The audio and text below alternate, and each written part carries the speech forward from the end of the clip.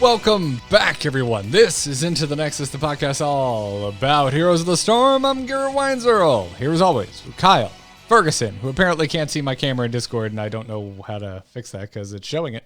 But it's fine. It's a radio show. Yeah, it's fine. It's fine. We'll just I like seeing cameras though, because I know like if you're sneezing or something. But yeah, I'll give it a. It's gonna be okay. I'll give it a jostle or two, see if it wakes it up. You know, we're flying blind today. Well, one of us. You're just you're cosplaying. Sorry, no, you're just role playing Mal'Ganis. There we go. That's what's going on. Until he works. No, he's doing better. There's a lot going on. Things are very much shifting around right now. Win rates are all over the place after the previous patch. Some things that got buffed are better. Some things that got buffed are slightly worse. Some things that are insane are not actually insane. The win rates unless you're in certain leagues. So that's all next week. All that sort of formal updatey stuff we're going to talk about next week. This week is all about hanging out, talking Heroes of the Storm, and what we've been up to over the past, 3 weeks? Yeah, because we had a guest in the patch episode, and we haven't really talked about what we've been playing, we've been up to. Yeah, Kyle, no one ever asks us how we're doing. Yeah, they always want to know the news, not how our opinions, we squeeze them in anyway, whether they want them or not. That's false. Yes. Wait. Yeah. No, we definitely do that anyway. Yeah, it happens anyway. I don't think anyone's accusing us of not telling them our opinions. That would be a false accusation if I ever heard one. No, but for instance, like Zarya's up 8% this week at 39% win rate. Like let's let it settle a little bit before we go talking about it. Oh, Zarya? Yeah. Because who knows what's going on there? I don't know. Do you know? No, I would have to play Zarya, and why would I do that? Ooh, savage. Hey, before we go too deep, I do just want to let everybody know, if you're still curious, if you've been avoiding the game for any reason, the bugs were fixed. I believe it was Thursday night. They were all fixed up. So Tyrael death bug, Falstad stacking quest, Mephisto Durance of haste cast speed, all fixed up. No longer an issue. Sweet. Good stuff. As you called, Kyle, it was the fix was swift and rapid. Yeah. It's good Very happy stuff. to see that. It's good stuff. You know what else is good stuff? Our patrons. Oh. Yeah. Good segue. We always want to thank them before we get into the meat of things, and that's exactly what we're going to do right now. So thank you if you're supporting us over at patreon.com/ITN. And if you aren't, but you like the show and you thought to yourself, boy, I'd like to support these two weirdos. Well, that's exactly how you support us two weirdos. Check it out. Get access to our Discord, sign up for our monthly game nights, all sorts of stuff. And to our latest patron, Jared Serpa. Thank you very much, Jared. We appreciate the support, and we appreciate you all of you holding it down in the Into the Nexus patron Discord. Lovely, lovely folk. I love going in there, seeing what y'all are talking about. As a matter of fact, we just posted our VOD of our third outing in Valheim. We've been been posting the VODs as just like a little bonus Garrett and Kyle session for our patrons. Yeah, and some video game talk during the long boat rides. Yeah. I'm starting to think maybe we shouldn't joke about recording a podcast while we ride on crappy boats in Valheim because it takes so long. Maybe we should legitimately come up with another podcast to record while riding boats in Valheim. Call it on a boat. Yeah. It's a fun game. But so is Heroes of the Storm, and that's what we came to talk about. We're on, boys! Let's liven up this place! Point me to the stage.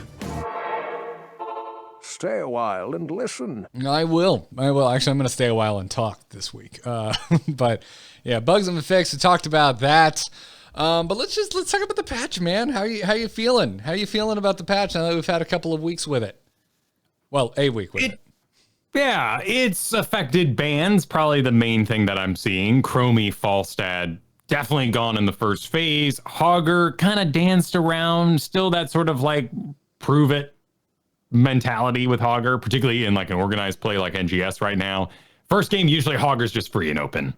And then after that, if you did well enough, then it'll be banned.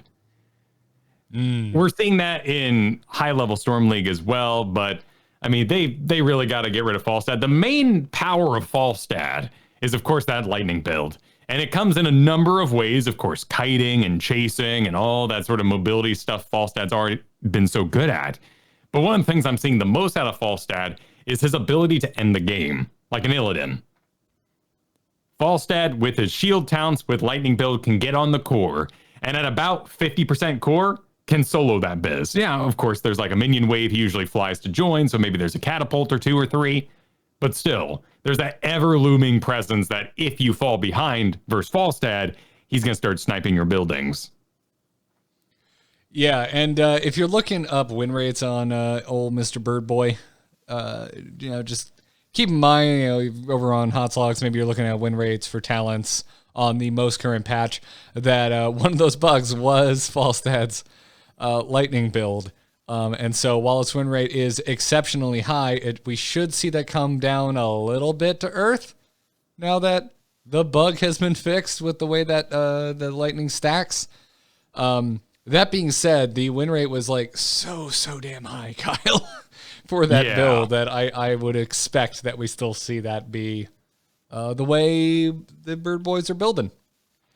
Definitely. There are a lot of people talking about how, auto attack's going to be the way. Some people are already investing in auto attack, assuming lightning build's just going to get turbo deleted by balance, and they'll all be ready to go by the point that hits. We're also seeing a lot of high win rate Hinterland Blast players because, well, no one's really been playing Falstad, so Mighty Gust is not being used that well in the majority of matches. No, it isn't. I'm trying to learn Falstad right now, and it's certainly feeling like I should be taking it probably a little bit more, because when things go really, really bad for me, it's when I can't just like get aggressive forward pushing opposing comps off of me.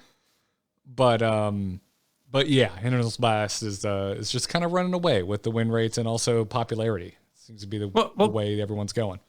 Let's do a little bit of a deep dive here on Falstad, because he's worth talking about. Not only did we have a huge switcheroo from our previous sort of bribe style, which of course meant that Falstad was using those flies to get camps that may not have equaled things, or then he had to walk all the way to the team fight because he flew 50 seconds ago and whatnot.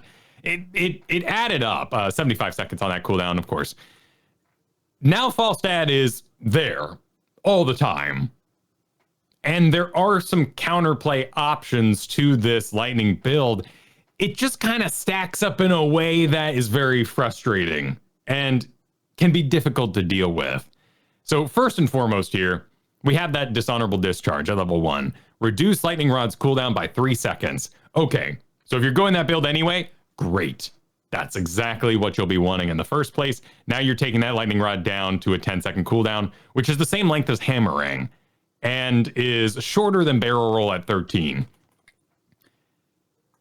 Then you look at the rest of the quest and the ability. Takedowns reset its cooldown. So we kind of have like a Li Minginess here. The cleanup potential is very, very high. Yes. It's like it's just a chase down barrel rolls all over the place with the reset on lightning rod. It's kind of gross.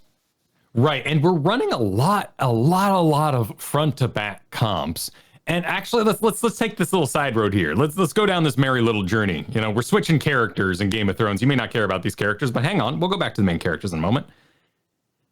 All of our comps right now, at least the ones that are being made in organized play, are very much front to back, but it is a disruption tank style. The meta we have right now isn't really that anchor heavy. Still important for, tanks to check bushes, but tank survivability overall is pretty high in the tanks we're running. We're not running ETC, by the way. It's like Johanna and Murden and even Mal'Ganis in a perfect draft. Maybe again, I'm inserting that on for my own pleasure. Garrosh. This is where my brain goes. People, and even Stitches maybe, like people who are going to live a very long time being attacked by 4 people, while the enemy tank sits on top of your 4 people. And in that combat, whichever tank can live the longest means that hopefully the other team actually kills the enemy tank. So because of that style, when we look at something like Dishonorable Discharge on Falstad, we have lightnings raining down on this tank. And as it goes, we start to get a shield for Falstad, which is really good at getting those picks, protecting him, keeping him alive for this chase that's upcoming. Increase the number of lightning rod strikes by 2. Its range by 25%. Now we're starting to really get that kite power on. And then at 13, you get 20% more damage for each subsequent strike. You kill the tank. You get a reset. Now you barrel roll forward, join your tank, who hopefully is still alive, and just go massive Leeming style cleaning up. That's exactly what it feels like, right? With, honestly, probably about the same amount of survivability thanks to barrel roll. Gives you that shift you need to probably get out of dodge. But you know, yeah, the Leeming reset is nice, but like Lightning Rod, when that gets reset, it's like guaranteed damage as long as you can just keep people close to you. Right? Like it's not like Leeming cleanup where you still got to aim after your reset happens. So if you can just stay close to what you're chasing down, they are going to get cleaned up. And that's just kind of really where Falstad starts to feel oppressive. And chat brings up another good tank in this situation too, May, who lives forever and doesn't die and isn't very good at peeling anyway. And that's kind of that meta we find ourselves in right now. The tanks aren't really good at reactionary peeling, which as tank players see it is more fun because the tanks get to engage hard and try to live for as long as possible. That's a really fun game to play rather than sitting in a bush, waiting for your team to make a mistake. Hold on, let me use all my cooldowns, radiant shields and whatnot to try to help you recover from that mistake you made. That's a very frustrating mindset to be in all the time. So the tank meta right now, loads of fun, but because of that, Falstad inserted perfectly into it. And if you ask me the problem with this build, I do acknowledge that the designers did a very cool job in adding a counterplay element with the quest after 3 lightning rod strikes. So it has to hit 3 times and then you start getting stacks. And only past that point are you getting stacks. It's not like old Chromie where you're just like, took sands, took sands. I guess Chromie's stacked. There is sort of a rhythm. You could break this. But in our disruption style, where the tank is sitting on top of 4, they're not going to break that range with Falstad. They're going to give him stacks. And then Falstad goes forward and gets those kills that give resets, and maybe those don't give stacks anymore, but he's already stacked on the tank. Yeah. This is really like the Lightning Rod is the core of my challenge with Falstad, because I haven't played Falstad in probably years. You and I were having a little conversation before the show, and I don't think either of us have played Falstad for years. And until charged up at 7, like getting that extra range on Lightning Rod, it just feels like, what am I doing with this honorable discharge? Because I'm getting like no stacks right now while I'm trying to relearn this damn bird. Well, and don't feel bad about that because you're still getting cooldown reduction and the takedown reset should you kill that front line that you're working on to get quests. So there is sort of a reward no matter which way that fight goes right now. Well, good. Thank you, Kyle. Thank you for making me feel better about my trash. Of course. Falstad. Listen, you're going to be trash. The guy is made of paper. Half health is like 700. You're not going to feel good out there learning to play Falstad. Dude, this has been such a really, really harsh reminder to me, like how important it is to know what you can and, more importantly, cannot get away with a hero. Like, when we talk about, hey, are you getting back into the game? Are you trying to like learn Heroes of the Storm either for the first time or after a long break? It's probably best if you stick with like one hero so you can really learn them and you can learn your matchups and you can learn who you can 1v1 and who you can't. And I've really been, I guess I've been resting on my laurels, man, because I've been for the longest time I've just been playing heroes that I'm really, really familiar with, and so I know what I can get away with. And so this week I've been trying to get back on Falstad. And just all that, right now it just feels like I can't get away with anything at all. It's just like I take him in a quick match and we get a wacky comp with like no front line whatsoever and no CC. It's just like, okay, I guess I'm just gonna move around a lot and not really have particularly impressive damage numbers. Limit testing is the phrase you type into chat. Thanks. Air tools, hoggers. No, I'm dead serious though. It is a little bit throwaway. Like, I was limit testing. Sorry for the death, everybody. I got to say, that's what you're there to do. Probably the most patient players I've had in a while like learning. Right. I've been trying to pick him back up in quick match, and I'm like clearly just sucking up a storm, and everyone's. Like multiple times I've been like, hey, just so you know, I'm kind of relearning, and everyone's like, we got you, fam. So I don't know. Is it Falstad? Did I miss something, dude? Do we all have a collective understanding of how easy it is to die on Falstad? And so everyone's just kind of like, yeah, we get it. He's the new hotness. You probably haven't played him in a while. Get in there and learn it. Did I find a social corner of this game I was unaware of?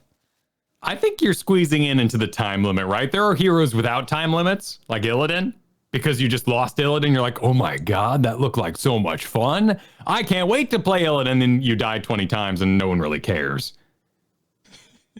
Are you saying it's expected to die on Falstad? Yes. But this also goes back to something we haven't talked about in a really, really long time, which is the dialogue with the enemy team. Falstad is so extremely squishy with so little room for error that one death on a Falstad in a bad position means that enemy Genji or whoever it may be is like, oh, I've got you every time. You're my target. Yeah. And then you and I did some duos this week, and we offset that by I was just running a Lili with your Falstad the whole time. And so was it the Genji or was it the Illidan that was diving you? We had 2 Illidan games, funny enough. We just turned them off. We just blind them, and everything's fine. Yeah, the thunder continued to roll through the evasion, which was great. I was really proud of a very particular instance where I was able to request a water dragon for you while I flew into a team fight down at the bottom. And I got to carry that little bit of healing with me. That was very enjoyable. Yeah, that's just fun as hell. Just here's a little dragon mail. Please deliver it. Hit me. Yeah. Hit me with that good stuff. Yeah. If anyone's curious about like level 10s or level 16s, they're all over the place. I've really been enjoying Crippling Hammer, which increases the slow to 50%. It's really, really good for just getting those kites and those tags. And Hammering Explosion also slows, which means you can get that AoE effect, which may help peel off. Sort of you put the lightning on the target you want to kill, and then you might use your hammering as a, hey, everyone over there, don't join me for this. Don't be a part of my solo Vala kill right now. Yeah, it's going to be a steep learning curve for me, I think. But I'm seeing the potential clearly, and it's not just watching other Falstads who are better than me. But I'm having fun being bad, which I haven't experienced in quite a while. It's good to explore. I've had a lot of that because I've just been learning the heck out of Hogger, so I know how to be bad recently. I thought you were a one-trick diva now. I haven't talked about that too much. That's purely by accident, by the way. I never expected that to happen. I desperately need a voice pack just for my own fantasy enjoyment. You know, I want like Tacom and like Mech Assault kind of sounds going on, but the whole I play to win like weird and like disrespect thing going on. I mean, I even love the pilot mode. She jumps out. I've been going pew pew pew. That gives you that 3-round shot on your R when you're out of the mech. Like Diva is awesome. Let me just tell you about Diva as a previous tank main. Oh my God, Defense Matrix is so much fun. You get bomb progress, so you do this like defensive help your friends thing, and then you get to do something cool on the other side. It's just an awesome character. You get to be a jerk, boosting around, stunning people, peeling, chasing down.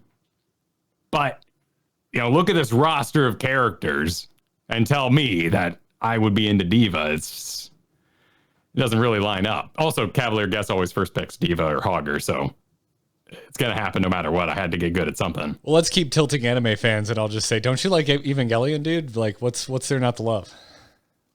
No, that is so different. the humanoid biosuit mech business, or even, you know, something, actually, there's a lot of like typing and stuff in Gundam Wing, so I would even separate those into different categories. The mech that has no arms and has missiles instead, totally different fantasy. But you've got the Eva pilot inside that mech.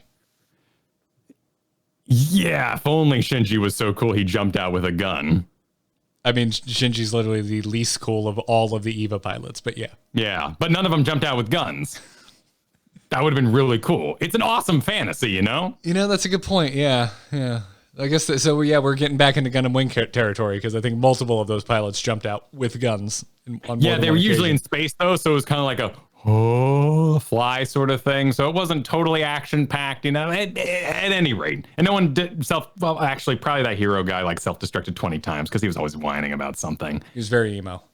Yeah, he was probably like, I have to self-destruct, and then someone will show up and save him. And you know. Anyway, the point being that yes, I am a Diva one trick at the moment, and it's actually a little bit of a problem because I have now climbed up into Diamond 1 where I am getting in Grandmaster games. And I think I'm doing pretty damn well. Like, I posted a screenshot of it the other day, but I was the guy evening everybody out. It was nothing but above 100 Grandmasters, and then me to sort of calm them down. And I have my diva. And if I lose my diva, everything else kind of is not on that league. I don't know, man. At this point, the only other thing I've been doing is I'm trying to learn Falstad, and that's like my pain journey. Okay, I'm trying to better myself, and here's the storm. I'm trying to expand my horizons. Sure. So I'm taking breaks with Lily, and that's all I would recommend. But that doesn't really replace a lost diva. So I'm getting better at like you throw the loot horde behind the target and then knock them into it, sort of thing with Hogger. So that's been very important. It sounds simple, but when you're managing all that rage and everything else under the sun that Hogger has going on, remembering simple tricks like that has really taken some time. And there's, Leoric. It is a horrible, horrible Mal'Ganis meta right now, just because. Or Mal'Ganis. Wrong Mal, pardon me. Malthael. Or Malthael. Okay. Malthael. We have a lot of Mals. Might be. Yeah, the problem is, so you might help kill that target, that tank, and that's nice. In that sort of matchup we were talking about with Falstad. Ooh, you destroyed Garrosh instantly. Beautiful. Now you must walk all the way to the enemy 4-stack and receive all their CC and probably die because you've already spent your last rites. But you have to walk all the way there, so you're the last one into the fight. You could be, and then you haven't done anything. You should just go back to soaking. And there are other heroes that could do that better, like, maybe Leoric. It's also because we're really running like Bright Wings and Stukovs, and the healers that you're fighting are just good into stopping Malthael getting his mark out in the first place. That's a good point. That's a good point. But and Urel's Urel. Like that's fun for everyone on board, but that's not something you just bring into, Grandmaster Solo League and expect anybody to follow up. Well, let's keep this going, man. So, what I'm learning this week is trying to learn Falstad. What else is new for you besides the diva? Oh, you mean just in like what I've been learning, what I've been up to? Yeah. Man, I've got a pile of facts for you from all this NGS business I've been going through. It has been busy over there. About 2 matches a week right now, and we have some serious holes in our draft and our understanding. Mostly, backline gets deleted by Sonya turbo quick because Sonya's amazing right now. If you haven't heard, leap, slam build, it deletes people very fast, and they don't have to be tanks. So we've ended up in a lot of like tank Sonya games recently. So Sonya as your tank or the enemy tank?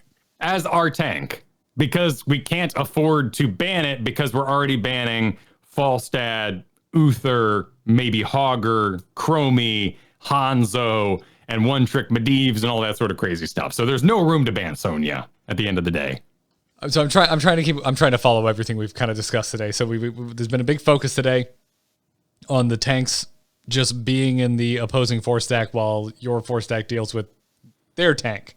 Mm-hmm. So is the Sonya still doing that? They're just leaping in instead of walking in? They do survive for a time. More so, I think it's just we're trying to deny Sonya without having to ban it because the bans are too important in other places. Stukov, too. I didn't mention him either. There are so many things to ban right now that Sonya's going to get through. So we've been running tank Sonya. But it's led to a really interesting discovery that is probably not useful to anybody in the Storm League sphere. But in coordinated play, you don't ban Garrosh because Garrosh gives you a free leap, no matter your hero. So you want to be Wrath of Berserker Sonya, for instance. Great. You get leap for free when you're fighting Garrosh because he's going to throw you into his backline. You have trouble engaging on Muradin, or let's say you want to hold on to your Dwarf Toss for escape. Well, congratulations. Garrosh is here to help by getting you a free leap into the enemy team. So if you're a tank and you're facing down a Garrosh, don't worry. He'll engage you on your behalf. Except you'll turbo die because everybody is used to Storm League, where you get thrown and we all go, oh, see you later. Nice job, tank. Bye now. And we all go like try to soak a lane or try to recover in some other way. Okay, so this is why it's not useful for Storm League. Right, because every single person, all the other 4 people, and possibly even a double support comp behind that needs to be like, that was it. Go, go, go, go, go, go, go, go. And everyone gets in there and everyone rides the ride. And now that Wrath of Berserker Sonya is on top of the team, regenerating, being awesome, just doing everything you would possibly want. I'll go to bat for a second, though. I just want to explore this because if you are facing that at Garrosh in Storm League or any pickup game environment, I would still rather have the tank or the bruiser toss than anyone else. It's true. The problem arises, of course, when, Cassia, Hanzo, Uther stun, like just the focus fire in that environment piles onto that hero and they get interrupted during their carrion swarm they want to go into, or even their first whirlwind, or maybe a dwarf toss out. Or a mosh pit that could never possibly go off, even though you're on top of the whole enemy team. That's fair. Okay. All right. I'm still following. But it's an interesting philosophy, and it's amazing how long it took us to understand that because of our Storm League waves. And to someone like our shot caller Cavalier guest, it was just so obvious. This is exactly what you had to do. We almost had to break through these barriers of obviousness in order to gain that information.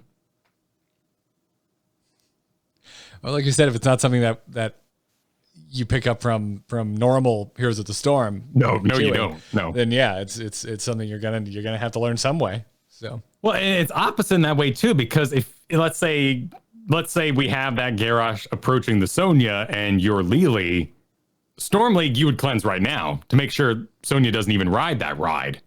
But instead, you would want to see that happening and run forward to where Sonya's about to be and cleanse her there so the initial or follow-up stuns from that Garrosh, from that Uther don't hit. So that she can spin and she can survive and get out. Gotcha. Okay. Well, what else is going on with you? What else have you learned in NGS? You said you came with a pile of factoids. What else is in the pile? Let's keep digging. All right. Well, I can tell you about slowing sands being mega frustrating versus Diva, because apparently Diva self-slows when she auto-attacks, which is not a percent. That's her base movement speed being permanently, in the game sense, affected. So when Diva's inside slowing sands at 75% or 70% movement speed reduced, she's actually at like 5% movement speed, because she already reduced her overall movement speed to such a point that the 70 makes up for the rest. That is like the obvious, you got to break through the obvious type of thing. Because I already knew she slowed down when she attacks, but I never really stopped for a second to consider how that becomes a multiplicative pain in the ass with a Chromie on the field. Right, because we know that slows replace each other. If you're slowed by 35% and you get hit by a 40% slow, you're now 40% slowed until that's over. And if that 35% slow is longer, it'll then pick up when that 40% left off. But in this case, there's this weird interaction where you just completely lock down. You're basically rooted in there. And it feels bad. It feels real bad. Wow. Okay, now what about cheating the acceleration of Hog Wild? Yes, that is, if you hit a wall off your Hog Wild, you will instantly reach max speed. So going in a big straight line, not hitting anything, you will gain momentum until you reach max speed. Hitting any sort of wall will cause that to instantly reach max speed. So if you start yourself close to a wall or on a wall, you're going to be just flying immediately. Right, there may even be a situation where you'd want to throw your loot horde forward towards the enemy side, bounce off it at short range, and then ride out the back, as you might have intended anyway. Interesting. No one where I'm playing has figured this one out, because I've gotten real used to, okay, here comes the Hog Wild as it speeds up, and I'm just going to sidestep it and continue delivering damage to the Hogger. I could see that becoming really dangerous if every Hogger picks up on this. So let's tell the public. Yeah, exactly. It's an important tool amongst everything else we talked about, 3 episodes ago that you need to keep in mind on Hogger. By the way, make sure you just barely kiss a wall at the start of your Hog Wild for maximum speed when escaping or engaging. Yeah. Yeah. Wild. I see also here you're having issue with Valera. Yes, well, that's also like, I think there's 2 Valeras in Grandmaster, and they can't stop making Smurfs. So... I mean, if I was that good with Valera, I probably couldn't stop either. Yeah, why not? But by the way, silence on Hogger is kind of a big deal as well as just about every other bruiser, which is why there's so much Stukov at the moment too. I'm glad you had some factoids to bring about Valera and Chromie, because those are 2 heroes I've seen a surprising amount of this week as I've been trying to learn new things. I figured like the nerfs to Chromie would have kind of cooled her down, but no, I feel like resolute Chromie mains have made it their mission to prove that Chromie is still a major force to be reckoned with. By nature of Chromie not being completely nerfed, she was elevated by the rest of the meta around her. And she's not susceptible to that tank being on top of the enemy team, so she's free to circumvent or help kill the tank. But there are some things that actually did have a pretty big effect on Chromie, right? Like we saw the nerf to her slowing sands, both the range and the mana cost increase. Yeah, that mattered. That was a big deal. The time stop too. Like I have not gotten stuck in one of those traps. Yeah, those are a little, and that's might also have to do with the expense of slowing sands. Used to be you'd just kind of break even. Your passive regeneration would put you at about where you'd be. And so as you cast spells in a team fight, you would wear down your own mana, but you could control it and keep the sands out. Now going, I believe, from 3 mana to 5, Chromie has hit draining, and she will go if she just leaves that chilling. Well, it's good to know. Yeah, that's a nice feature. There's now counterplay available there, or at least if Slowing Sands is out, it's for a limited time only.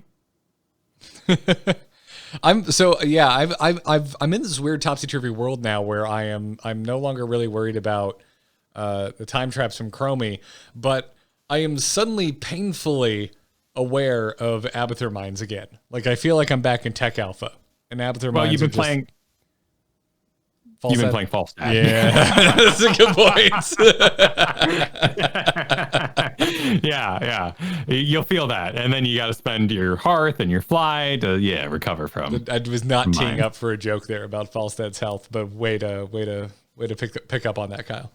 Well done. You made light mention to a hammer comp before. I know you had some epiphanies with Yrel in that regard. Yeah, we've been running, again, a lot of these like double bruiser comps, so they're pretty weird. I personally think maybe Cav just really doesn't like doing tanks in the traditional sense, but they're also just kind of not in the meta, like the ETCs and whatnot. But you can take Sacred Ground, a 17% pick rate talent on Yrel, if you're with a hammer, because you are so dedicated to staying in hammer's range that you wouldn't leave your Sacred Ground in the first place, which is a pretty big deal because that can change your entire build up a bit, as you no longer have to go Dauntless, which gives 35 physical armor at level 1, because you now have 50 armor flat at level 10. So you would cancel out your Dauntless in the first place.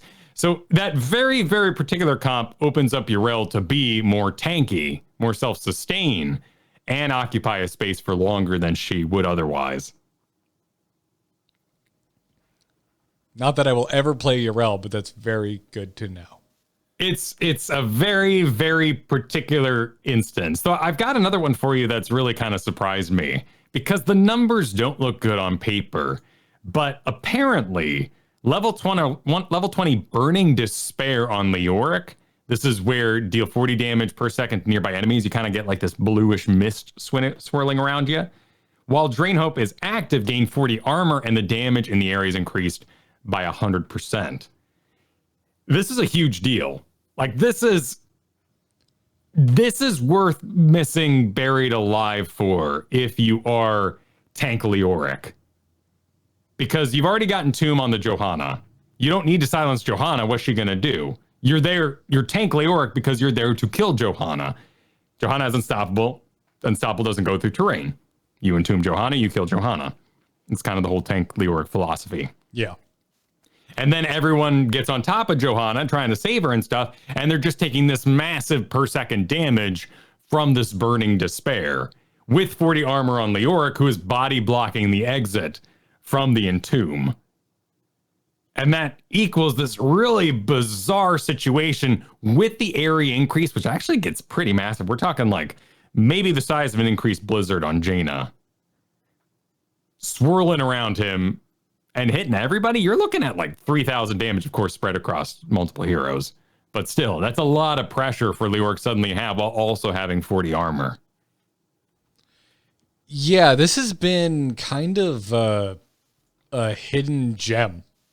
And this is something I think we can bring to our Storm League games, because I saw your note in here about this, and so I was like, oh, let me take a look, see what the people are doing over on Hotslogs, and it Buried Alive, wildly more popular, 54% popularity, and I'm looking at the two most recent patches, not even just the most recent one.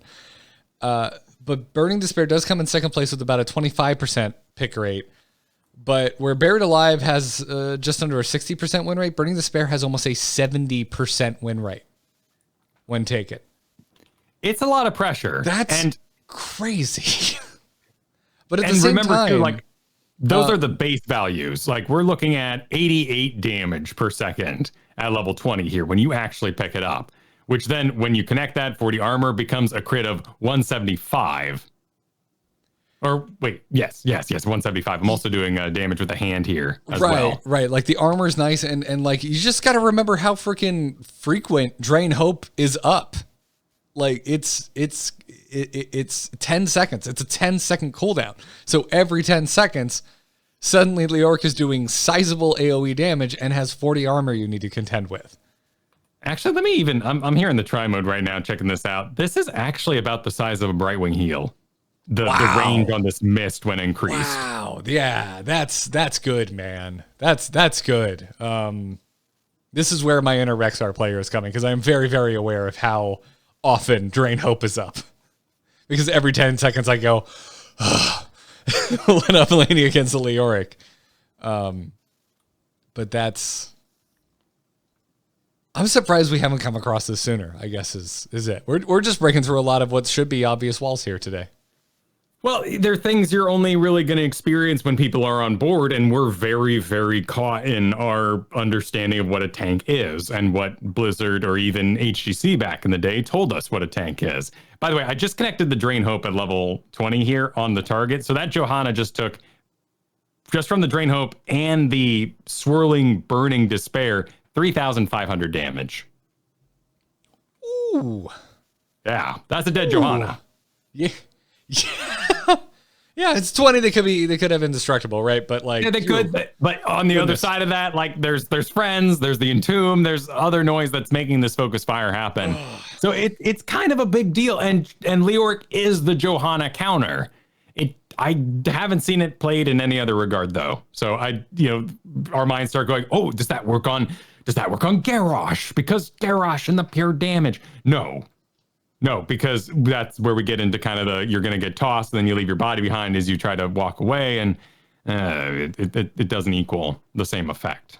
Yeah. Well, go figure. Well, thank you for bringing your NGS knowledge today, dude. I liked this rapid fire tales from NGS. My pleasure. It's good. Good mix too, I think, of stuff that is good for organized play and stuff that's good for both. The only problem is we have to break down that barrier of will the team let you do Leoric tank when you see a Johanna. Yeah. Bridge the cross when you get there, right? Yeah. You're now armed with the knowledge. So if exactly. you end up in that situation, you're good to go. So, anyway, we have a before we move on, we have a sponsor to thank today, Kyle. We do have a sponsor to thank, and it's a good one too, because when I'm running away from Drain Hope, I really I bet that Johanna wishes they had comfortable socks, because they're doing a lot of run away from that Drain Hope. So yes. So we're stoked that Bombas is back sponsoring this episode of Into the Nexus. You can check out their offerings over at bombas.com/Nexus because they just make the most comfortable damn socks in the history of feet. They are so comfy. They have rethought every little detail of the socks we wear to make them insanely more comfortable. I wear them every day, and we're going into the summer months, Kyle, which means, I'll rock a sandal here and there, but I love shoehorning car discussion into every aspect of my daily life. Ever since I made the switch to driving stick, I found out I don't like wearing sandals when I drive a car, man. Gotta wear shoes, but it's summer. I'm wearing shorts. I gotta have the no-show socks. Yeah. All right. Gotta be fashionable. Gotta have it. Have you seen their new space dye? They've got like these space dyed socks under their men's section, and they're just so fun. And it's not like they're actually dyed. It's like actual like knitted but it looks like dyed, like the way the threads are. They're just so freaking cool looking. And they're the cushioned no-show. We've talked about their cushioned socks before. If you've ever heard us talk about Bombas, and their cushioned socks are just so damn comfortable. And I want these. I have some of their no-shows already, but I don't have the space dye. And now I kind of want to put another order in for Bombas socks. They're very pretty. Are you looking for them right now? I see your eyes darting. I am. But I've also found gripper slippers, which look very comfortable. Ooh, that's a good name too. Well done, Bombas. Well done. Yeah, well done. And that's not even the best thing to do, because for every pair of socks you purchase, Bombas donates a pair to someone in need. The generosity of Bombas customers has allowed them to donate over 34 million pairs of socks and counting through their nationwide network of over 3,000 giving partners. I like to think that there's some Into the Nexus folk in there, buying socks and giving socks to people who need them. So go check them out. Give a pair when you buy a pair and get 20% off your first purchase at bombas.com/Nexus. That's BOMBAS.com/Nexus for 20% off your first purchase. We thank them for the support, and we thank you for going to bombas.com/Nexus. And, actually, before we go to strategy, Kyle, tell me about this new Twitch extension you're using. Oh, yes. Hero's Profile put together a Twitch extension and apparently went through the long extension approval process by Twitch, and it is now completed. The setup is a little intense. You got to get the uploader. You got to verify your Twitch account, your Battle.net account, put the code in that was made by the uploader. But eventually, and check the right boxes, make sure you do that, and then restart the whole thing. But once that's all done, much like Twitch extensions, you may know you will have a little box that pops up when people are watching live. And in real time, with a slight delay, they will be able to see what talents are being taken in that game and hover over them themselves.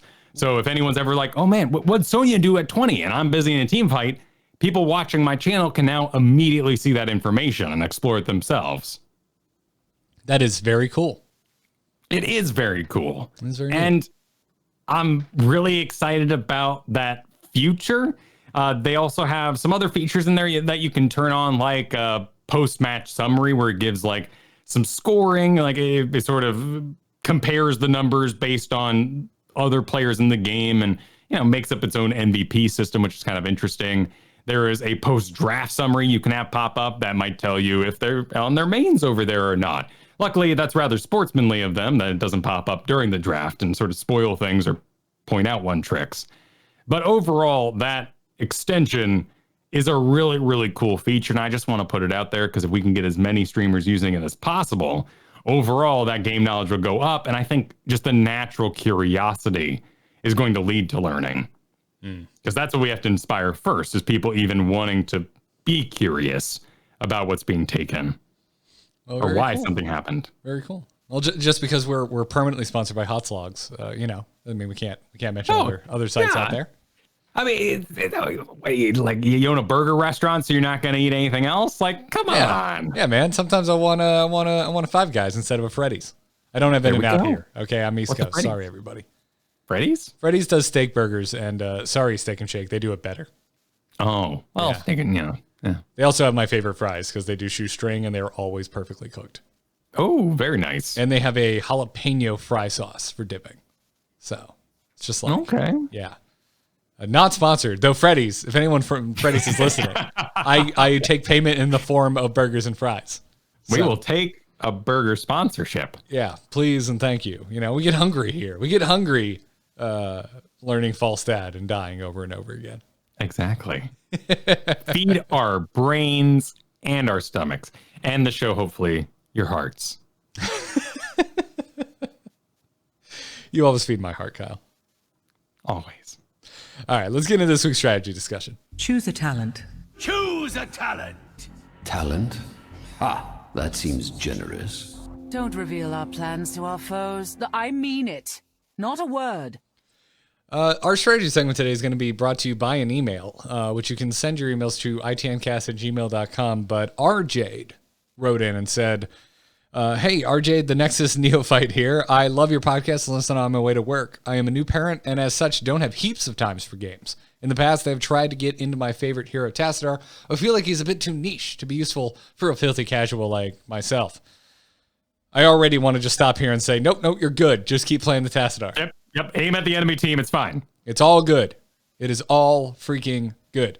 Anyways, RJ continues saying, now that my son is old enough to entertain himself for 5 minutes without licking PowerPoints, which I'm going to assume is power outlets and not Microsoft presentations, I am starting to get a bit of time for gaming once more. After a long time of being crap against a computer, I'd really like to give learning to play properly a go.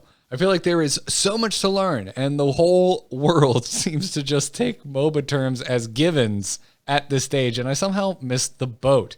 Are there any resources you could direct me to, or perhaps you guys could dedicate 5 minutes or so to a flyby run to help me simply learn what is meant by things like macro? I came from StarCraft. Is that resource management or just my build? And also what each role is meant to be doing.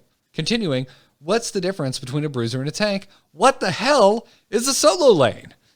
I feel somewhat overwhelmed, and when I watch videos on YouTube or try to read Reddits, I feel pretty stupid. I'm inundated with stuff which I am sure is easy to learn if only I could find a resource. If this question is too dumb to hear, clearly it isn't. I understand, but please, could you just nudge me in the right direction? Sincerely, a baby brain filthy casual who would absolutely love to help keep this game afloat and join this outstanding community. Well, RJ, as far as I'm concerned, you're part of the community. You're writing into a Heroes podcast. Congratulations, Truly. You're part of the Heroes community. But yeah, I get it, man. Hey, dude, we do every once in a while. We come back around and do a bit of a Nubisode check-in, and it looks like it's time to do it again, Kyle. Let's get into the glossary of Heroes of the Storm terminology. Okay. All right. We'll try to keep this as brief as possible for the dad brain. I certainly understand it. Oh my goodness, it's full of wheels on the bus right now. Is really really hot.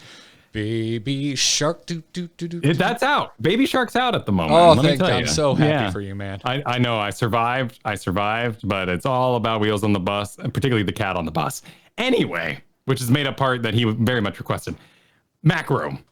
So, Matt, you're right. This is the resource management, and in Heroes of the Storm, resource is basically soak, levels, XP. And So if someone says we're not macroing, we're not soaking, they just mean the state of the lanes is not being gathered for the betterment of the group. that's a great way to put it. State of the lanes in general, right? Like it all kind of goes into XP collection and map control. Like, can you see the map, or are mercenaries pushing, and are you soaking? I do want to do a little bit of a side jaunt here, just because there's a lot of talk about soaking. And as the top soaker, I might say, in the Stats of the Storm website for Division A East, I know a lot about soaking. You need to make something with it. The whole goal of a StarCraft economy is not to be rich and sit on your lovely boat in space. It is to turn it into units. So when people yell for soak, what they're actually trying to say to you is, go destroy that lane as fast as possible, as effectively as possible. Then please do something with that time in between the waves. And that might be taking a merc camp. That might be joining a team fight. That might be casting your heroic in a way that is meaningful before going back to soaking. So it is, everyone on Reddit is going to argue about soaking. But the hidden meaning is what you do with it behind it. And sometimes it's just clearing the lane and letting that lane push into buildings and cause destruction, which causes catapults, which equals map control. And that's how bronze games are won. Not because 3 people are in different lanes playing their own mini games. Yeah, especially at like kind of entry level and lower level leagues, right? Like it's such a controllable variable that is being missed by a large majority of lower ranked players. So it's a really good place to start to try and get guaranteed value. And the big problem with those low league battles is that they are ridiculous. They are foolish. But the thing happening in the background, like a mercenary camp, like a collapse of archers on the top fort, that's where you're actually winning the game. Then your team gets ahead. Your team is bronze. They don't understand why you're ahead, but they're starting to win team fights. They feel good about themselves. They have camaraderie, and they win the video game. So soaking is step one, but all these things follow, and that makes macro. Micro is the opposite. That's just your moment-to-moment control, making sure you're attacking the right thing, making the right choices in a battle. Yeah, moving your character accordingly, using your abilities accordingly, aiming, everything, all those things. All of those bits. I think the one question that was asked that is going to be difficult to answer is, what is each role meant to be doing? Because there's a wild variance of heroes within each role. Right. But we can tie this back to our previous conversation of, if you clear a lane fast, you can go do something between the next wave. And that's where the roles divide. Beyond tank, bruiser, ranged assassin, melee assassin, healer, support, the rhythm is set by your ability to macro. So it's important to have a tank, and one that might be socially viable and that people are into and want to see tank in front of them. It's nice to have a bruiser because they're more resilient. They can survive the solo lane, which we'll get to in a moment. But ultimately, it all comes back down to, can you control the resources on the map? And that's why you might make a variant choice between a melee assassin and a ranged assassin. That's why you might take 2 bruisers instead of 1. And why those drafts that look bad can become good. Now, of course, you're probably just playing quick match, pickup games, but this all matters to how you perceive the game. So you look at your top bar and it says, oh, let's quick match it. You got Genji, Orphea, Hanzo, Junkrat, and Lily.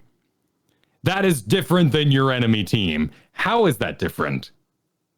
And who clears lanes the fastest, gets the most resources, and then turns them in for better team fights? And there's no real quick way to learn that, right? Like this is no quick way to learn who clears the fastest. That's going to be something that you pick up over time. That is very much the limit testing kind of parts of things. You drop a Jaina Blizzard on a whole lane, it disappears. You go, ooh, that was nice. Yes. Even though Jaina a little out of fashion at the moment, but yeah. Yes, quite out fast. She's too slow. By the way, something else I learned this week. Another side here. Only viable mages are Mephisto and Chromie, according to Pirate Realm. I got to do an interview for the CCL this week, the upcoming draft. And that was a really fun video. You should check it out over at youtube.com/heroeshearth for all the Mephisto tips in the world. But every other mage is way too slow. I think I mostly agree with that, except in Storm League. I think you can still take Tassadar. Probably, but again, too slow. That's where the issue lies, is that there's some sort of wind up. Or you get the initial hit and then you have a long cooldown until your next hit. It's Storm League, though. Yeah. Exactly. Yeah. We're selling our Jade on Tassadar right now. I think if that's where RJ's you're fine on Tassadar. If that's where lane clear, RJ's passion lies, then yeah. Don't worry about pros. It's fine. They play a completely different game from you. Next question. What's the difference between a bruiser and a tank? Which means RJ's already been pretty lost this entire episode. a bit. Sorry about that. But hey, hopefully you absorb something. The tanks are more resilient and often have a stronger, more direct CC that is easier to execute on. Whereas bruisers have a lot of survivability, often more damage, but their CC is usually lacking. And that's, of course, their ability to stun or root people. Or their CCs are like really weird and have odd requirements or knock people around in certain ways, cause a lot of chaos.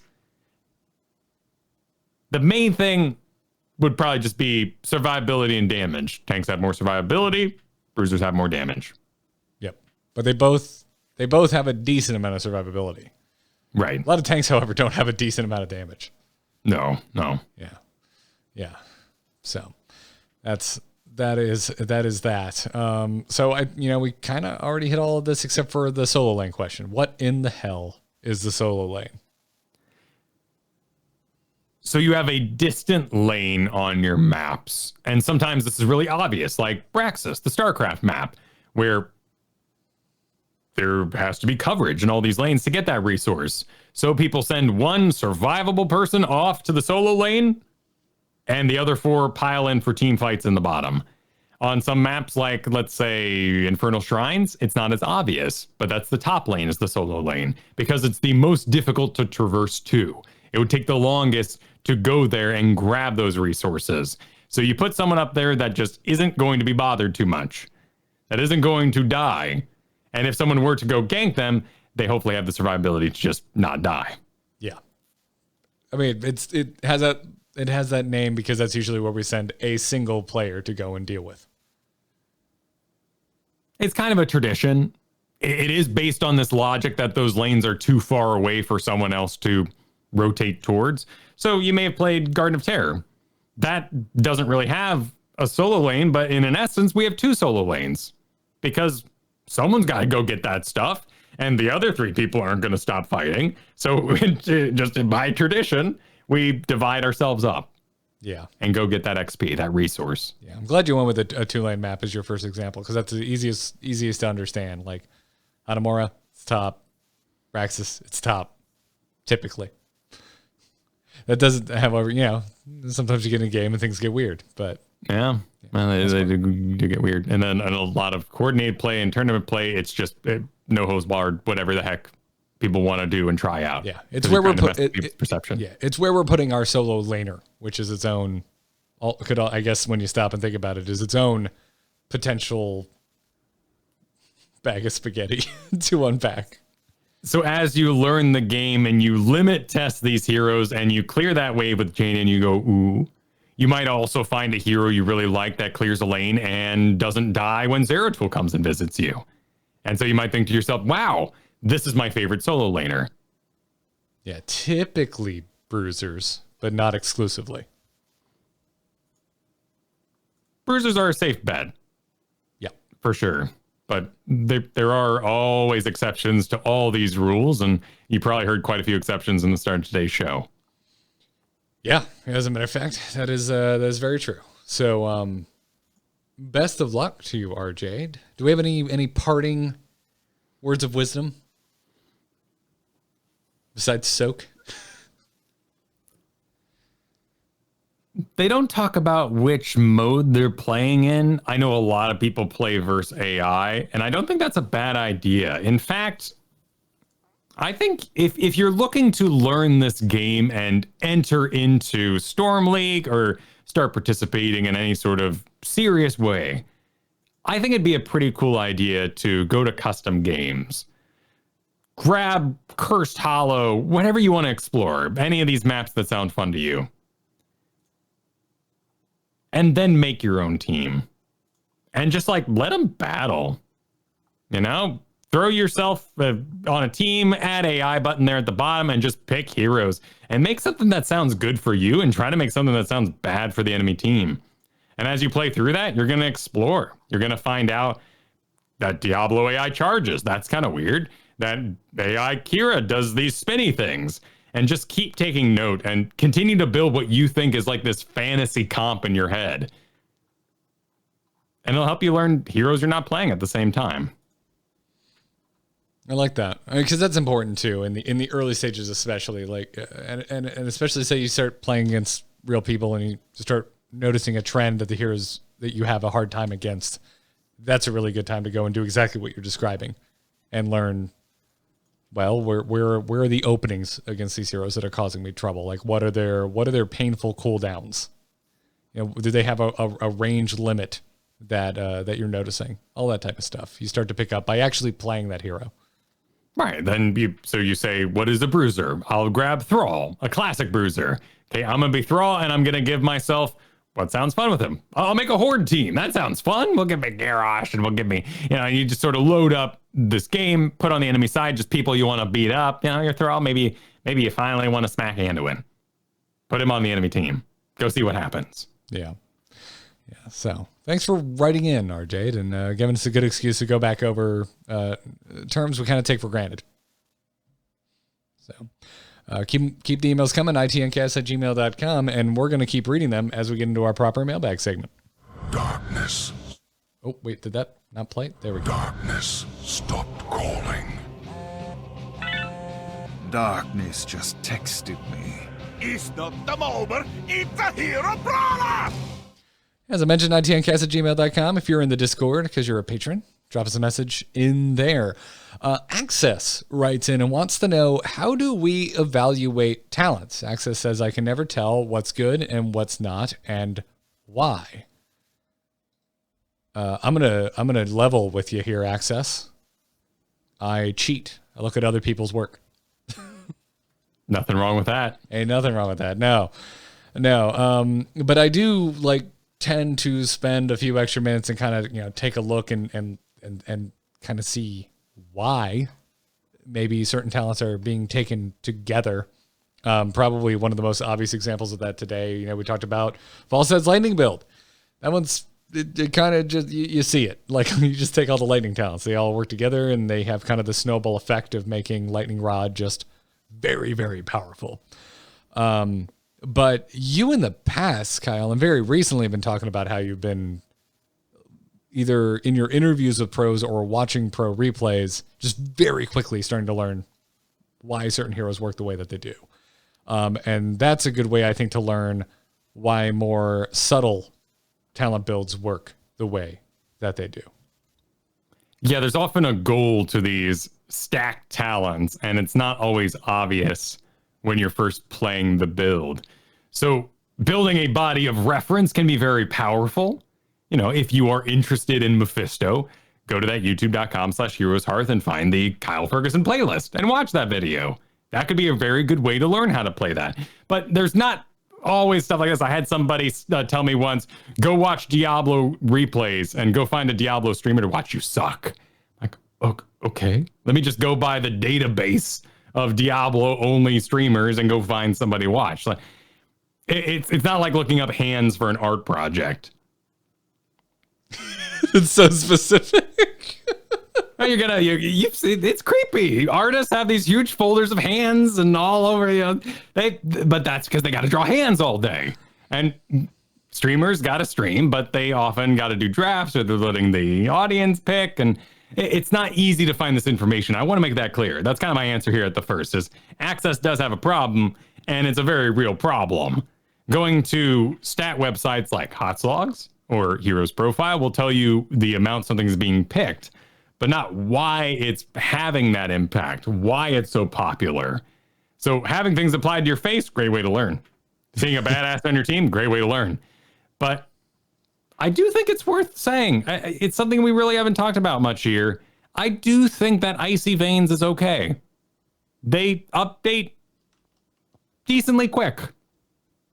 And they have some pretty cool rundowns. If you're familiar with kind of their World of Warcraft coverage, where it's sort of the check marks, X's question mark system, where they go through the various talents for World of Warcraft players, same thing happens over there. And you can get a pretty decent sized multi-paragraph explanation as to why something is picked. It may not be 100% accurate. It might be a little noobish, some have said. It may be a little delayed in its update. I mean, this was updated, on the 4th? So someone loves Heroes of the Storm over there and got it done pretty quick. I mean, we had a bounce patch on the 2nd. Yeah. Yeah. So, like you said, I like that you brought up having things applied to your face too, but it still can be subtle, right? Like you may not even go check what talents they have or know how those talents are affecting what just happened to you. It's true. So that's where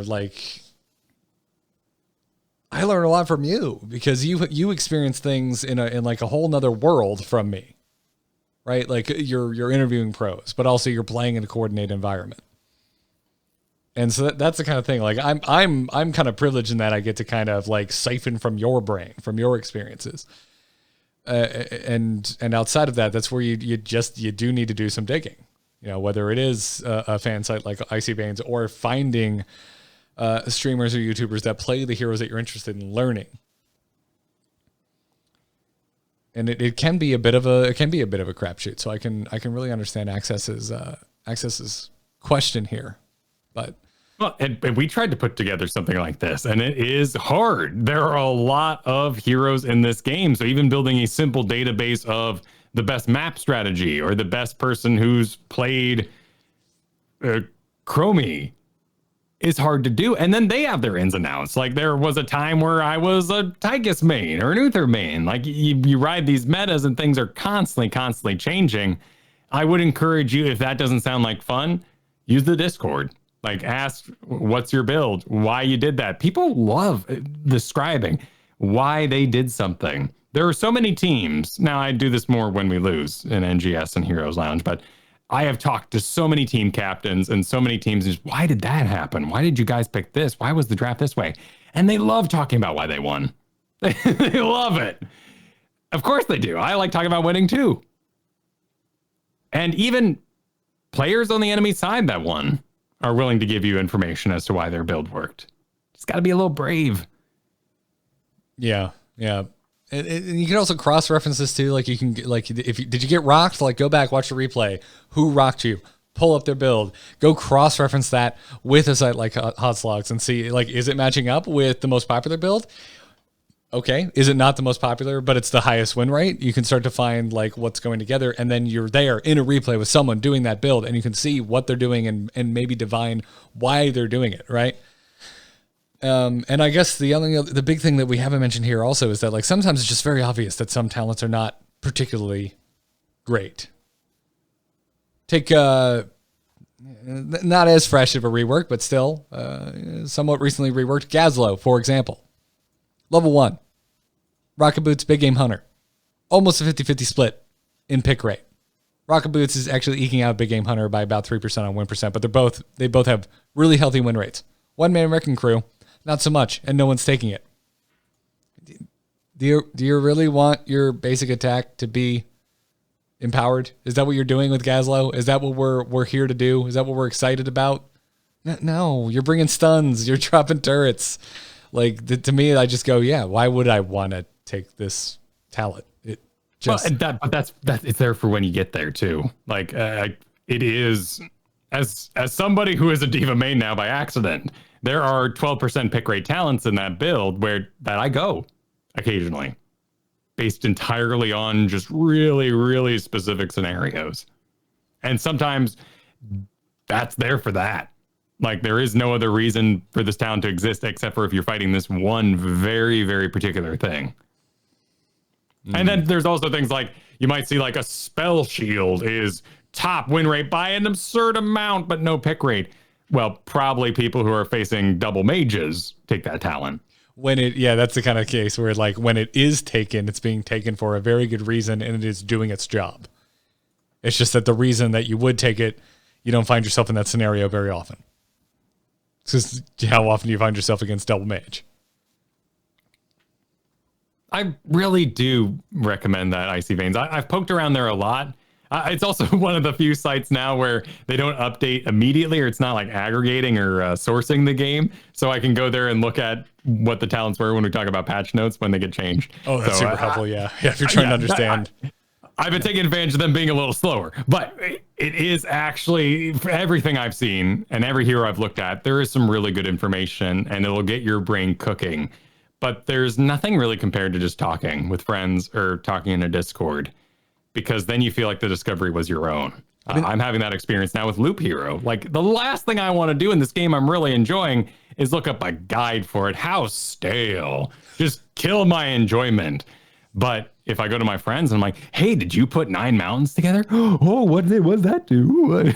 we geek out on it. It's and part of the organic. Yeah, it's part of the fun for stuff like that. We've been doing that with you and I have been doing that with Valheim, right? We're like, hey, don't just volunteer stuff, but what if we ask? You know, we want to kind of like share this experience and like figure out how to do some of these things.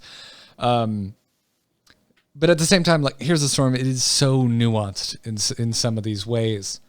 That's really the only way you're going to learn, right? And that's also something that's really good about our community. Like you said, people really like talking about this game.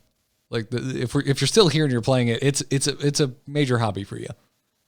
And a lot of us, we really just like chewing the fat about this game that we enjoy. So go do it. Make a friend in Heroes. Yeah. Have some conversations. Yep. All right, Kyle. Stimmed Sheep writes in, says, so after listening to episode 358, I think, I am seriously curious about Kyle's anime tastes. What did I say on episode? I don't know. We really pissed off some anime fans that I don't remember how. Apparently. But somebody, we were both wrong. Somebody became a patron and then immediately unpatroned so that they could leave us an exit review and talk shit to us in an exit review. About how our anime preferences were so awful. They also said we were cringy, which, like, whatever. Okay, cool. If you think we're we are. That's our brand. I mean, they also were mad at us for anime preferences. So we're all, it's kind of a circle of cringe. Yeah, but Stim Sheet here is like actually curious, and I don't remember what you're talking about. I really don't. I have no idea. Anyway, Stim Sheet continues on saying, Kyle sounds quite fickle, so I will offer up one anime of what I think is quite possibly the best manga I have read recently. Give The Promised Neverland a shot. Read the first 2 volumes and read the first 2 volumes, see if you're hooked. Also, the anime Is It Wrong to Pick Up Girls in a Dungeon? I've heard this one mentioned before. Makes me want to pick up and play D&D, so if you have a spare 22 minutes, give the first episode a shot. Yes, I am a parent of 2, so I highly value my free time, but I do think it might tickle your fancy. And then also has for HOTS, how should I practice to get back into Storm League? It's been over a year now. Would like to try not to ruin my Gold 1 almost plat status. Let's do the HOTS question first, and then we can ride this off-topic roller coaster to the end of the show. Okay, sounds good. Yeah. Okay. So how should you practice to get back in the Storm League? Okay. That is a very good question, because naturally Quick Match is not going to be the comps you are going to see. Unranked queues are pretty long and often populated with practicing NGS teams, which isn't exactly good either. I actually I want to address Stim Sheep's philosophy here, like their brain space. I look at this when I go when I read that you say you don't want to ruin your Gold 1 almost plat status and say like you're just in the wrong headspace for Storm League because you cannot guarantee a win. You'll never be able to guarantee a win. And so if you're going in and like that's your worry, I feel like you're setting yourself up for a bad time. Maybe they want to just crush it. They like winning. They maybe want to be told to go to Quick Match, practice Falstad, and then crush it with Falstad. I don't think I can, in good conscience, give you that because Quick Match is a terrible place to practice for draft. But it's a great place to limit test. I've played a ton of it this week, and your chances of getting a comp that makes any goddamn sense is next to nil.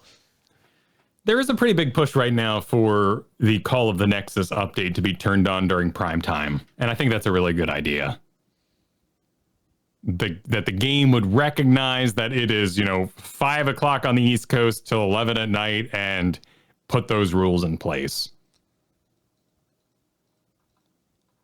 I wouldn't mind that. It's a bit arbitrary. It'd be cooler if they could write something that's algorithmic and it's just like, oh, we are the gaming population is at this percentage. It's turning itself on. Sure, but I can see that being really hard. So yeah, why not? Give it a shot at least. I would like to see that. But I think there's just a good amount of the roster of Heroes of the Storm that you just can't practice in Quick Match. ARAM might not be a bad idea. That's for comp practice, targeting the right thing. I mean, granted, you're going to have more.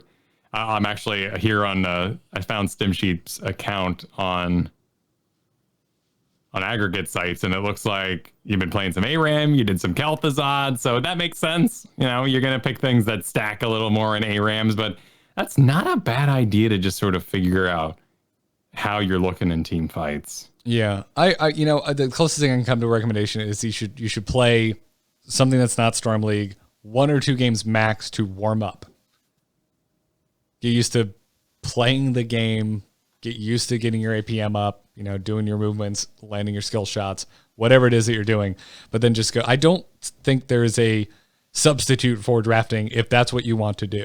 And if that's what you want to do, try and get in the headspace of like drafting is the fun. That's what you're here to do. You're here to draft. You're here to play the game. You are not here to win, because you're not always going to be able to guarantee that. Yeah. I mean, geez, last month I ended up with one of Fan Smurfs. We lost that game horribly. We had Fan on our team. Like, yeah. Shit happens. So, yeah, that's I don't know. I'm really, as someone who experiences ladder anxiety and who struggles with results-oriented thinking, I cannot recommend enough getting yourself out of the headspace of being results-oriented. Seems too, looking at your profile here, like you're still in an experimental phase. You really just want to try a bunch of different heroes, see what makes them tick. There's no role I'm seeing you lock onto. There's no particular hero you seem to be spamming.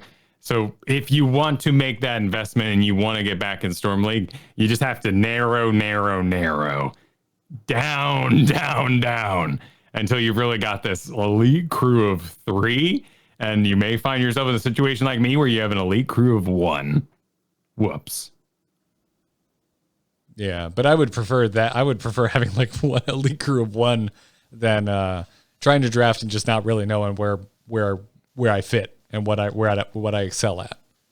And there's also something to say too. Like, you might have heroes that you can't stand seeing lose, and I have those 100%. Like, it just too tilting to see Diablo lose, because I love him so much and I love playing him. I think the closest thing I have to that is Sonya. Sure, that's dangerous because you're a real good Sonya. I want you on Sonya. But I totally get it. Yeah. Yeah, because also like when in our games, you and I have been taking a break from our duo draft because we got a little heartbroken. We were getting sucked into results oriented thinking, Kyle. And we hit our wall. Yeah, it required advancements that would take a lot of work. Yeah, or breaking what we were there to do, which is get you out of your comfort zone. Sure. Yes. Or we could absolutely just go plowing right back into what we play normally, and that wasn't the goal in the first place. Yeah. Yeah. So, but I feel you, Stim Sheep. I feel you. But I'm glad you pulled up their profile there, Kyle, because yeah, if you're still kind of soul searching, finding out your hero, your roster, then yeah, I think you should spend time outside of Storm League and figure that bit out. Again, I just find it problematic. I think it's difficult to practice certain roles in non-draft environments. I think that's part of the reason I've really stuck with Bruiser, because I think you can practice that in quick match. But yeah. But to your anime taste, Kyle, to get a little personal, I'd say you're pretty fickle with most entertainment. Sure. I value my time. You were mainly in that I would go play a game I love that I already know I love. That's where I kind of hit the wall. I do think of you as one of the pickiest individuals I know when it comes to entertainment. Sure. Again, because I know games I love. Like, and if I don't have any games I love, I'll go play Warcraft 3 Tower Defenses. So you're battling an uphill. Warcraft 3 Tower Defense is your rewatching The Office for the 17th time?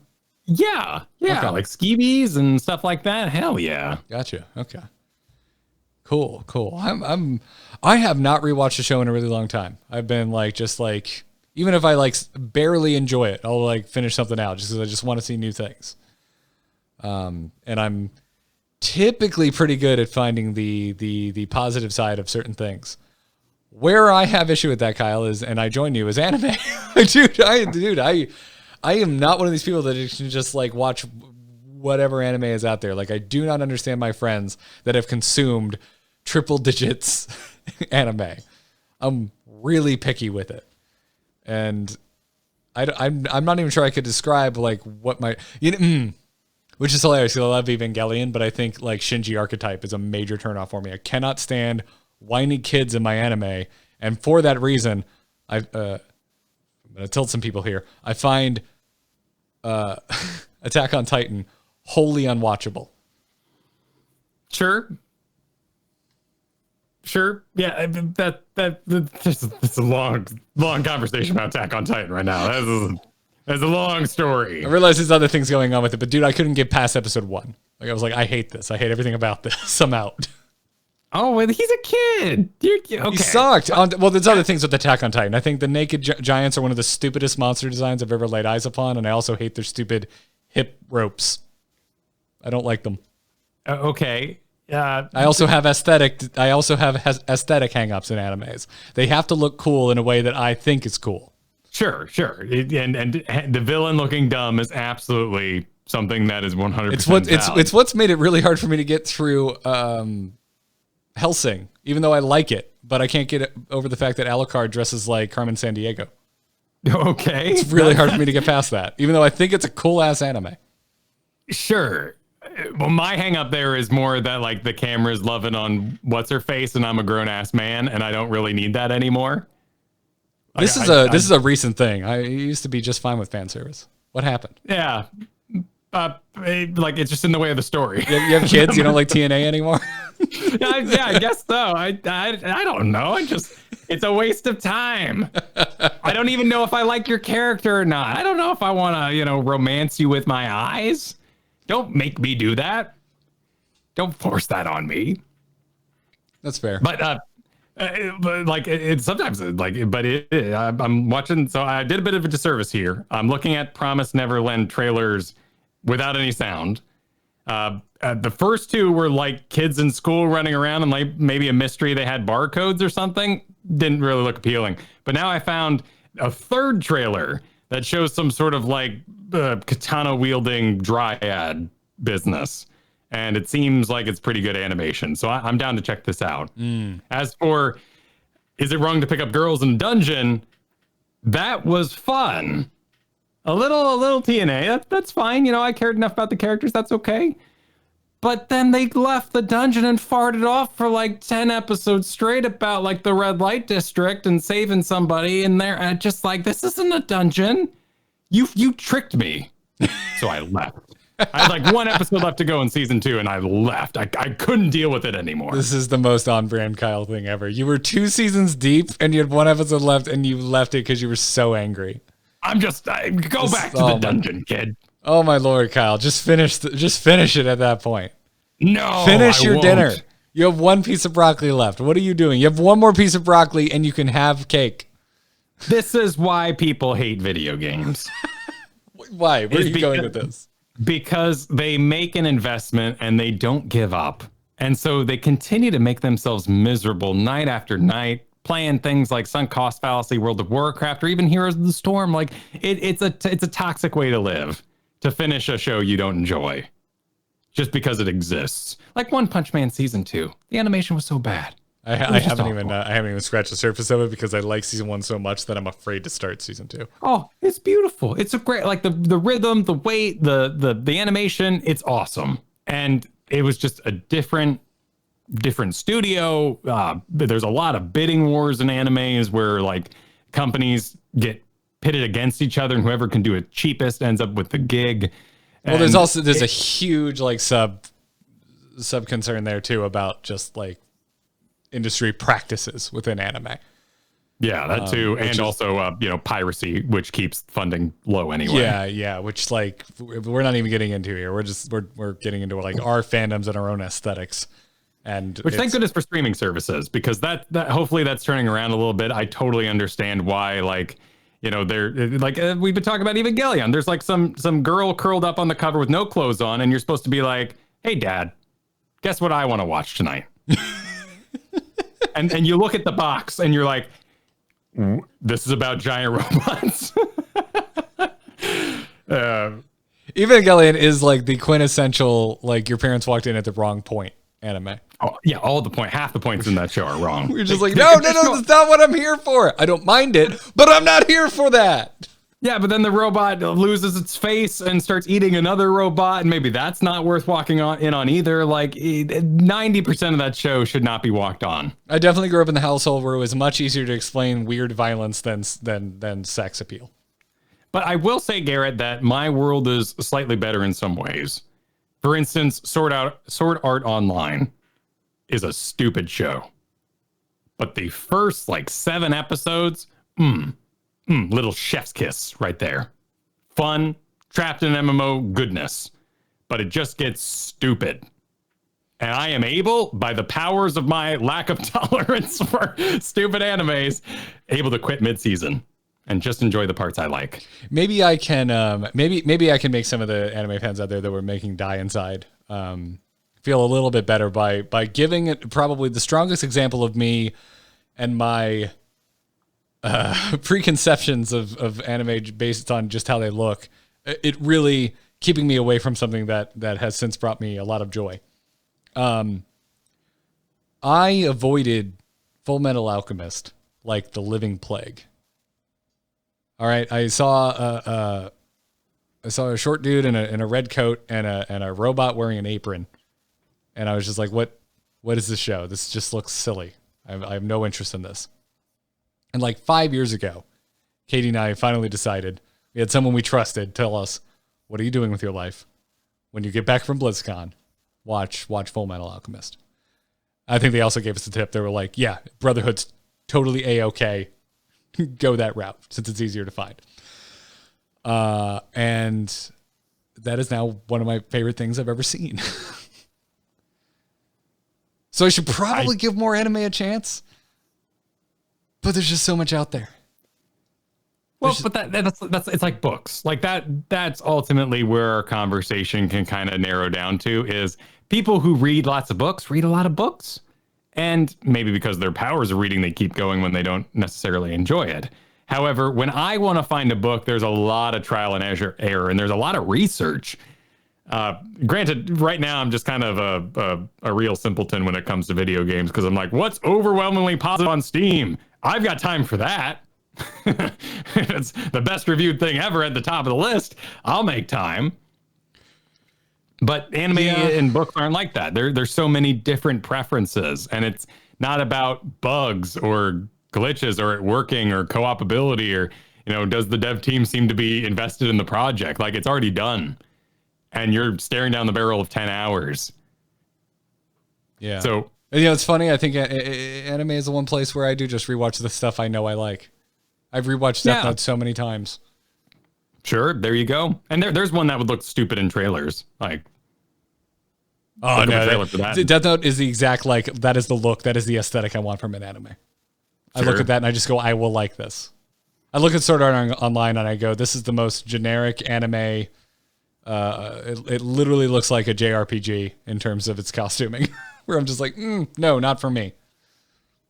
Yeah, and I like my MMO animes. I like dark fantasy animes, and I like other weird things like Mob Psycho 100 that just like is a very, very, very different style from any of that. It's completely individually based, and I love Yu-Gi-Oh, but that's more because I grew up on it.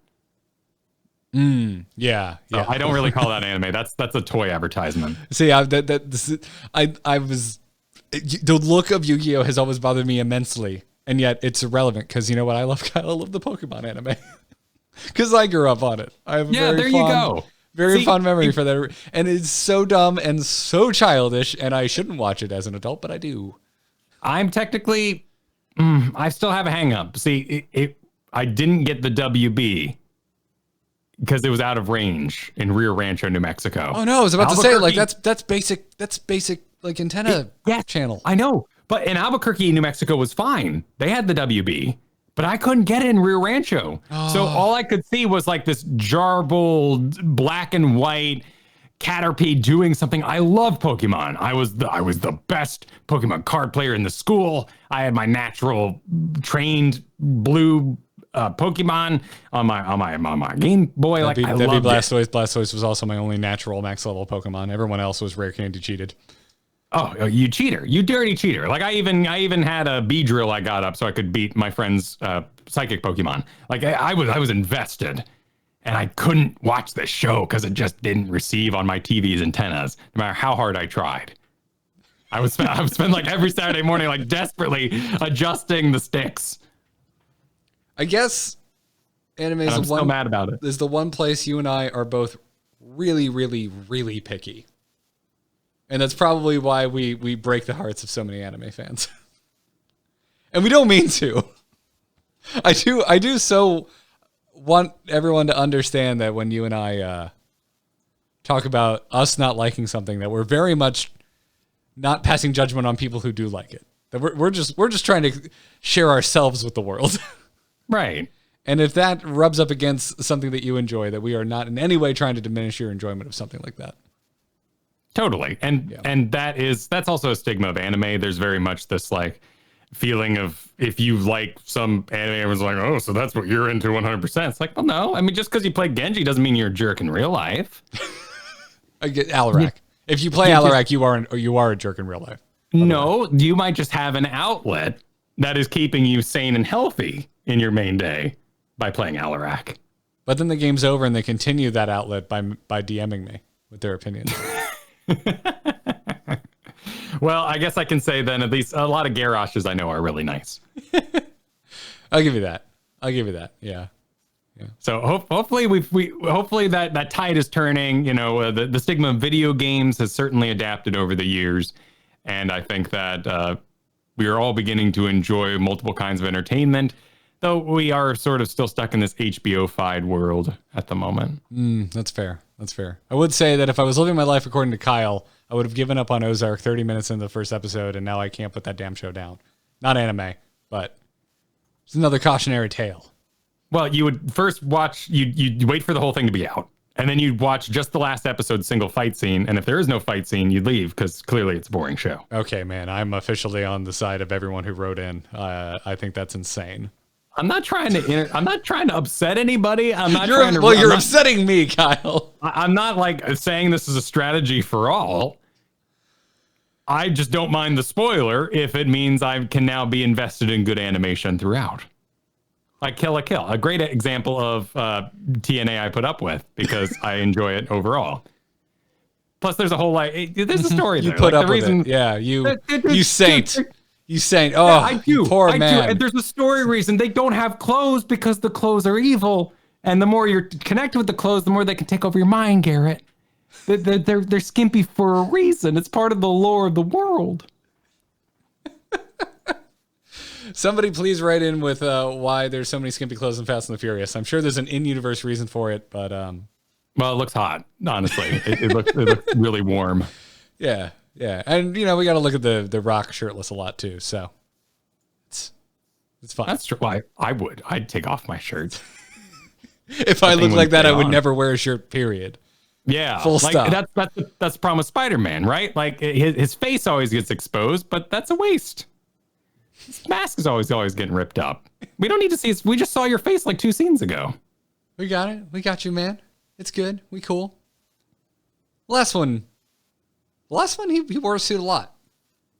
I haven't seen but Going Abroad or whatever it's Far called. From Home. They all have home. It's easy to remember, Kyle. They all have home in the title.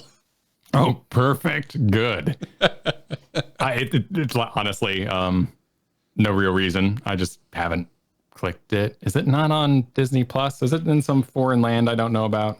It's Spider-Man, so it's a weird Sony cross dealy. So no, I do not believe it is on Disney Plus. Okay. I watched Star Trek Beyond the other night, and that was oh my God. Which one's Beyond? I liked Beyond. Oh. That was the one after the god awful Khan rehash. Right? Oh, there's a more god awful one? No, that predated it. Of the new Star Trek, there's 3. Beyond's the 3rd. The second one is the one with Benedict Cumberbatch's Khan, and it's just one of the worst things I've ever watched. But oh man, I liked Beyond. Beyond was fun. That was a fun little just one-off adventure movie that I really enjoyed. Also, more Beastie Boys. Doesn't matter. We're clearly at the end of the show. We should wrap this up. Oh, whatever, man. Whatever. You know what? I'm gonna go watch the end of Kill la Kill and decide I don't like it and not watch it and break your heart. Yeah, actually, that would make 0 sense if you just skipped to the final. But I did. But I like the animation, so I stuck with it. That's okay. I've tried to get my wife through Fully Cooley multiple times now, and she's seen most of it and still can't understand it. And frankly, I don't blame her. Yeah, it's weird. It's weird. It's weird stuff. I love Fully Cooley. I love it. And I love your emails, especially when they make us get wildly off topic at the end of the podcast. So I hope everyone enjoyed that. And that's going to wrap it up. Keep the emails coming. itncast@gmail.com. Huge thanks to our patrons supporting us over at patreon.com/ITN. We really appreciate it. Also, a huge thanks to our producers, Declan H, Cheesy Bob, Chris K, and Sean B. Thank you for your support. Go become a producer over at patreon.com/ITN. Got one slot open. And anyways, Kyle, before we go, where can everyone find your work when you're not going into the Nexus with me? Oh, you can find me many places. It's tough to decide right now. We're coming up on the end of season 1 for There Will Be Dungeons Delvers. Be sure to check that out over on the Frog Pants Network, a live D&D play show where I am Dungeon Master and our players are dealing with the terrors of the Underdark. But beyond that, I mentioned I'm across multiple channels, including youtube.com/heroeshearth, youtube.com/Kyle Fergusson. Just go to kylefergusson.com and find everything under the sun that I do there. Awesome. amove.tv is that for me. Everything under the sun that I do can be found at amove.tv. Other than that, you can follow me at Garrett Art on Twitter. Just put out a new WoW Killer this morning. Talked about the new patch in World of Warcraft. It's a subtle one, but there's some cool stuff in there. And you can hear me and Taliesin talking about that on WoW Killer. So that's going to wrap it up for this episode of Into the Nexus. Thank you so much, everybody, for watching, for listening. However you get the show, we're just glad that you're here with us. And until next week, good luck and have fun. Even Alarax. Take care. Yes, Alarax and anime viewers.